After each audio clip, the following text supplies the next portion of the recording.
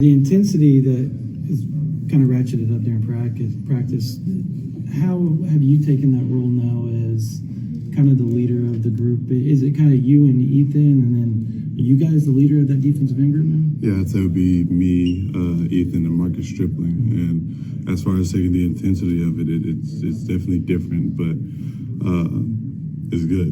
You know, and it's fun again. You know what I mean? So as far as everything is concerned, and what Coach Chavis does a really great job of is, you know, in practice is in practice. If he yells at you, it's Coach Chavis yelling at number 14 or number 40. At the end of the day, it'll be Coach and then Reggie or Ethan or Strip, and then make sure he lets us know that he loves us and we love him. That love's always reciprocated. So I think as far as that's concerned, we're building a culture of excellence, but at the same time, a family environment of love too.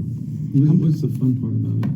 Like, what's made it fun now for you? We're flying around, making plays. You know, there's the stress of it is stressful, absolutely. I'm not going to take anything away from that, but it's more stressful, but we're all straining to do the right thing and have fun while we're doing it. I think that's the biggest thing, is we're making plays and having fun while we're doing it again. How much different is it this year with a coach with such a defensive background, in that top role?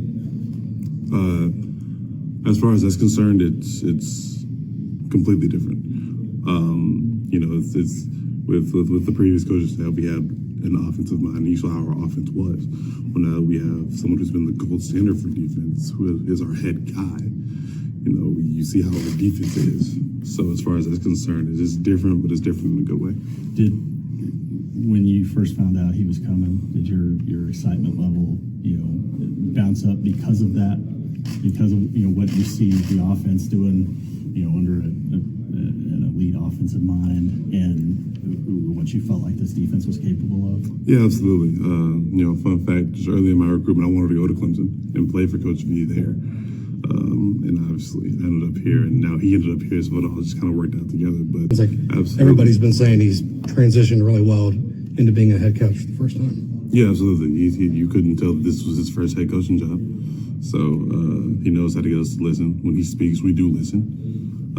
He has full command of our attention, and whenever he does coach you, it's from a place of love, and because this guy's done it before. The mic that he uses to get everybody's attention on, I guess when y'all are doing plays or whatnot during practice, do you ever catch yourself going, please don't call me out type of deal? Or is it like when you notice you make a mistake? I mean, because it's very loud. Yeah, no, I mean, we're definitely building a culture of accountability. So if I mess up, I know I mess up. And it's one of those things where, did he see it? Did he not see it? Regardless, they're going to see it on the film, but did he see it right then? Yeah. And sometimes you are the guy who gets called out, and that's okay, because again, it's a culture of accountability. So if you do mess up, then don't mess up the same thing twice, and we'll get it corrected the next day, and don't make that mistake again. How do you feel about the mic? I mean, is it different? Yeah, but it's definitely way different. I'm not really used to. I'm used to a guy screaming, not necessarily just a mic. So that's definitely something I've had to adjust to. But again, it's nothing bad. So. When we talked to you in the lead up to the Alamo Bowl, you're already talking about embracing that leadership role. How big was that for you, just kind of setting the table for what you've done here in spring ball to kind of, again, take that next step forward to be one of those leaders with your group? Really big, as far as that's concerned. I'm not a sophomore anymore. I'm a junior, so I'm an upperclassman now. So, and it seems like it's gone by like that. I remember my first game. I remember my first rep. It was Missouri State here in the COVID year.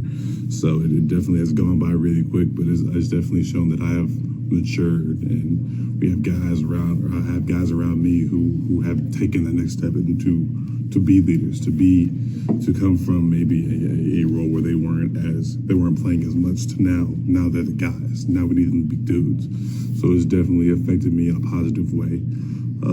This whole leadership thing, especially with the defense and with our group, it's newer, but at the same time, I'm welcoming the challenge. I know it's early, but where are you guys in your defensive install? How would you assess so far through a few days of practice, and obviously during the offseason? I would say we have a lot in. I wouldn't say we're anywhere close to the full thing, but we do have a lot in. So we're running through that, and again, just getting better every day. When I watch Clemson in the past, and obviously Coach Venables when he was here, the defense, it seems like it might be kind of complicated. I know there's a lot of changes, things like that. So from your perspective, has it been a complicated system to learn? I know they're trying to make it easy on you guys language-wise, but from what you've done in the past, like what do you think? I wouldn't say it's complicated. What I will say though is that you always need to be studying it, because it is very, very tedious, and there are some parts that are repetitive, but it's something that you do need to study. You can't just walk away from it like on a weekend and expect to come back on a Monday and be crisp. For more information, you can visit TulsaWorld.com.